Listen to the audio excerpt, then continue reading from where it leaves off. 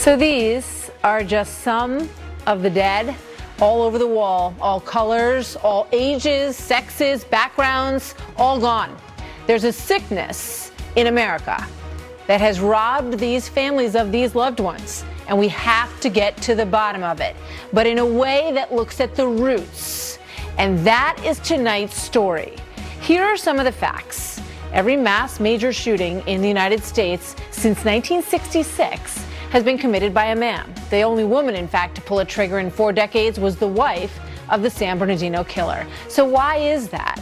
Young women, girls have the same access to guns, the same access to violent video games. What makes these killers so different? Dr. Warren Farrell has been studying men and boys in America for more than 4 decades. He sees this hole in their lives, this missing piece in violent young men, as something that has been brewing in a changing America for a very long time.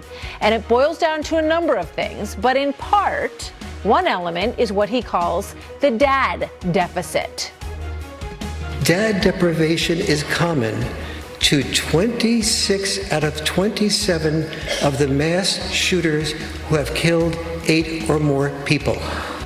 And that is where we start tonight with Dr. Warren Farrell, author of The Boy Crisis, Why Our Boys Are Struggling and What We Can Do About It. Dr. Farrell, thank you very much for being here tonight.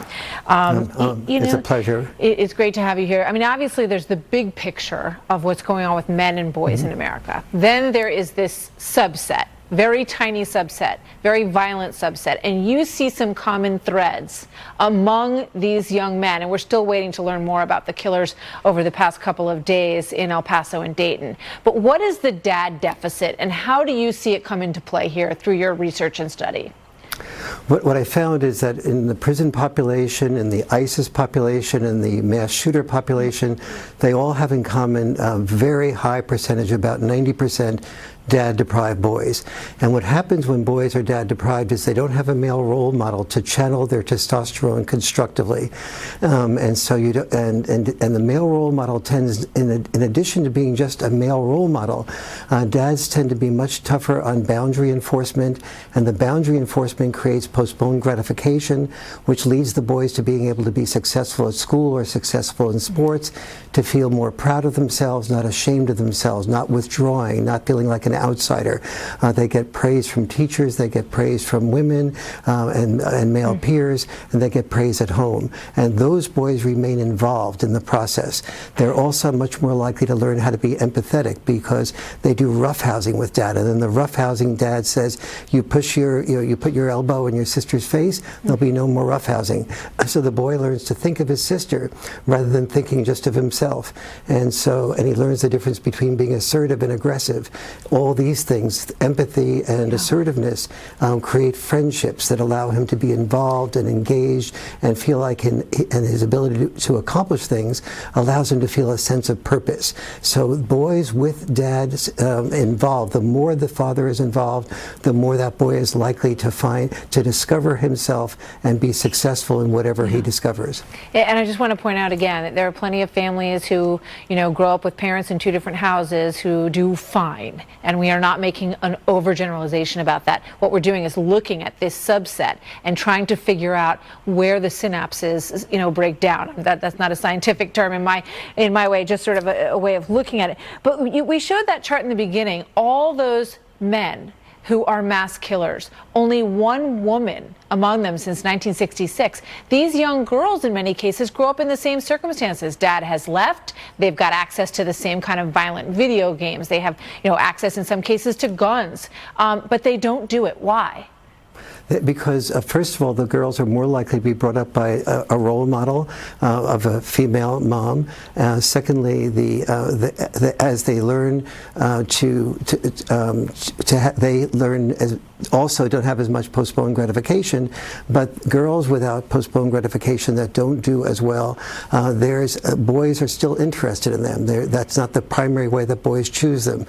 They're more likely to have a mom to empathize sympathize with them and work with them, and so they don't have as much tendency toward violence. The testosterone doesn't channel itself into negative and purposeless outcomes as often. However, on average, the children that do best by far and away tend to have a checks and balance parenting of the dad's propensity to do that boundary enforcement and the mom's propensity to do more nurturance, and when those two come together, those children on average do significantly better. Yeah, you pointed out in one of the talks that you gave a young man whose last post before he shot and killed someone was, "I wish I had a dad." Yes. And then there are these other examples from these studies. Well, first, this is from Elliot Rogers' manifesto, another young shooter. He said, "After I picked up the handgun, I brought it back to my room and felt a new sense of power. I was now armed. Who's the alpha male now?" And you can see the expletive at the end of that. And of course, he's exactly the opposite of the alpha male. What he's done is he came from a divorced home. There was a great deal of conflict, and when boys don't know how to succeed and have purpose, and he was very sensitive, and he felt that, gee, mom says that the girls like sensitive guys, but then he sees the girls going out with the football players and the not so sensitive guys, and he becomes angry and hurt and feels rejected. And so boys who hurt us. You think there should be, we've heard so much about empowering girls and women over the last many years. In fact, you started your career working on women's studies and the women's movement back in the 60s and 70s. But you say it is time now for a White House Council on men and boys. Why? Because boys have been having increasing numbers of problems. Boys are much more likely to commit suicide now than girls are, 4 to 6 times as likely in the late teens and early 20s. Their life expectancy is going down. That's amazing that any sex's life expectancy is going down. Girls' life expectancy is not going down.